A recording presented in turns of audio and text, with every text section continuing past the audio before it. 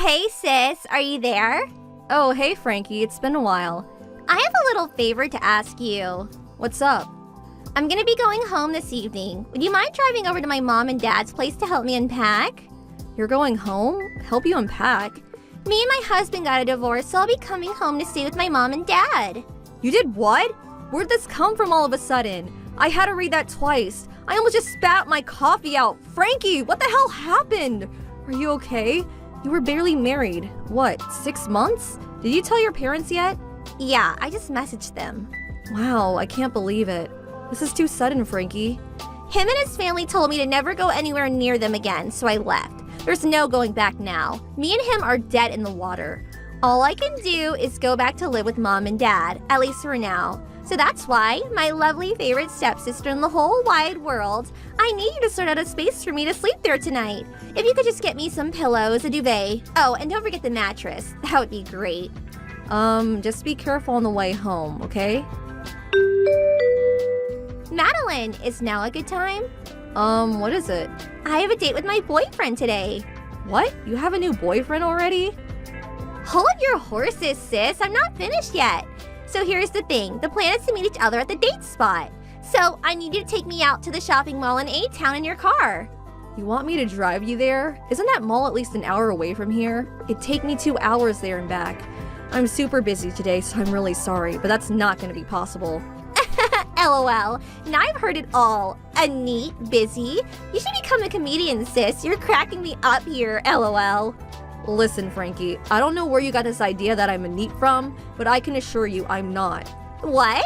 How many times do I have to explain it to you? I've been working from home ever since my company introduced a remote working system.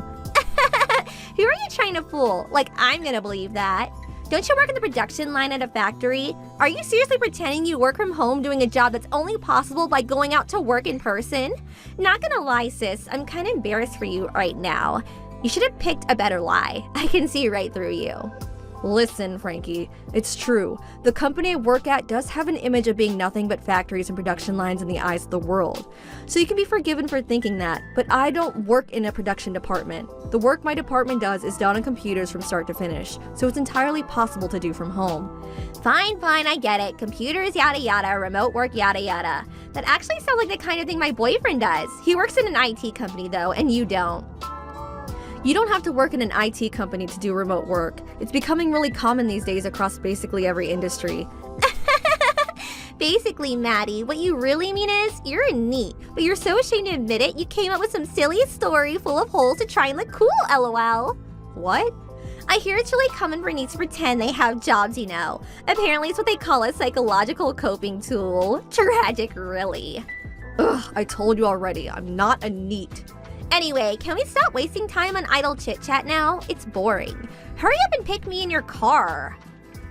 Not happening. Why? Because I have work today. Huh? You're a neat but you have work? That's a contradiction in terms, you silly Billy. Ugh, quit messing around, will you? I have to go soon. Employees on a remote work schedule still have to show their face at the office a set amount of times each month. My break's gonna be over soon and I've already wasted enough of it on this conversation. Catch you later. No, wait! I'll be late to my date if I get to the train now. Madeline! Buzz, buzz. You're so horrible! Why are you doing this to me? This is all your fault. I was late to my date and now my boyfriend's in a mood with me. Are you happy now? Is this what you wanted? How can you be so cruel? Wah! Good evening, Frankie. I take this as about what you were pestering me over earlier. How can you blame me for you being late to your own date? Isn't it obvious? The only reason I was late is because you wouldn't drive me there. That means it's your fault. My boyfriend is really strict when it comes to punctuality. I got there an hour later and he was in a rotten mood the whole time. He wouldn't laugh at my jokes and had the grumpiest look on his face. If I'm late again, he'll probably dump me. If you were that desperate for me to take you, you could have at least asked me the day before. Why do you need to know that far in advance? You're a neat. It's not like you ever do anything. Take today, for example. You probably just couldn't be bothered to go out in the car because you wanted to slob it out playing a video game and eating potato chips in your cave. So you came up with some far-fetched lie about having to go into the office despite supposedly doing a remote work job. I can see right through you. No, I'm employed with a company, so I'm obviously going to have to show my face at that company from time to time. You're in the house 24/7. You're practically a part of the furniture. Since when do you ever go out to work? I explained to you very clearly that I don't work remotely 100% of the time, and that I do in fact have to clock in at the office a few times a month. How can you work on a factory production line at home? For Christ's sake, Frankie, I told you, we're all pencil pushers in my department. We work at desks, on computers. I've had it with you. Just you wait. I'm gonna do some digging and find undeniable proof you're in need. How can you live with yourself? You live a life of luxury goofing off around the house on my brother's dime while he's out slaving away doing an actual job. I'll get him to divorce you. Frankie!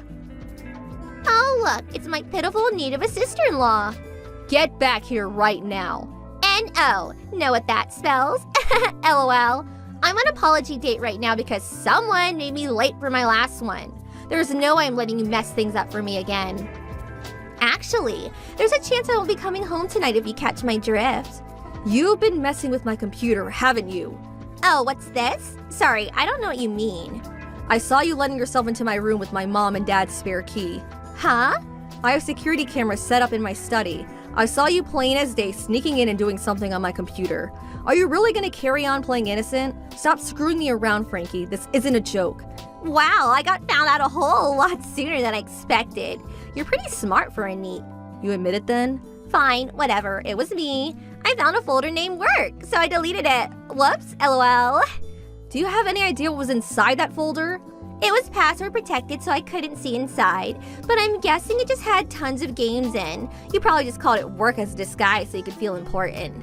Hey, at least you won't be able to waste any more time goofing around the computer now. You should be thanking me. Serves you right, LOL. That computer is for work use only. It was given to me by that company. Huh?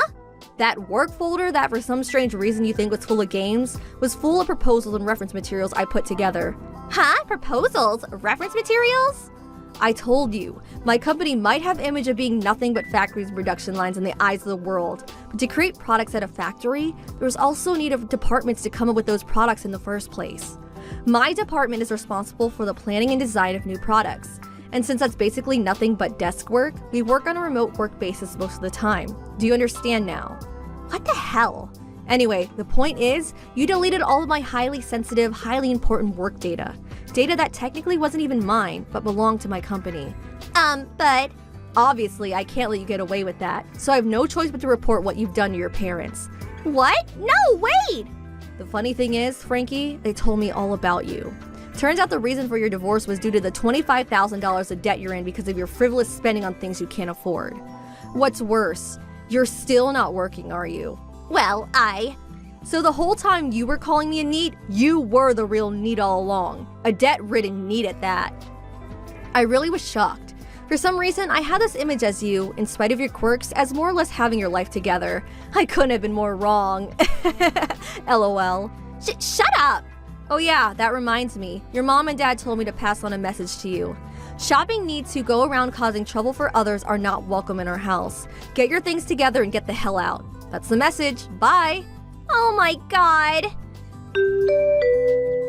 And that's the story of how Frankie got booted out by her mom and dad and began her life of exorbitant debt repayments without a soul in the world to help her.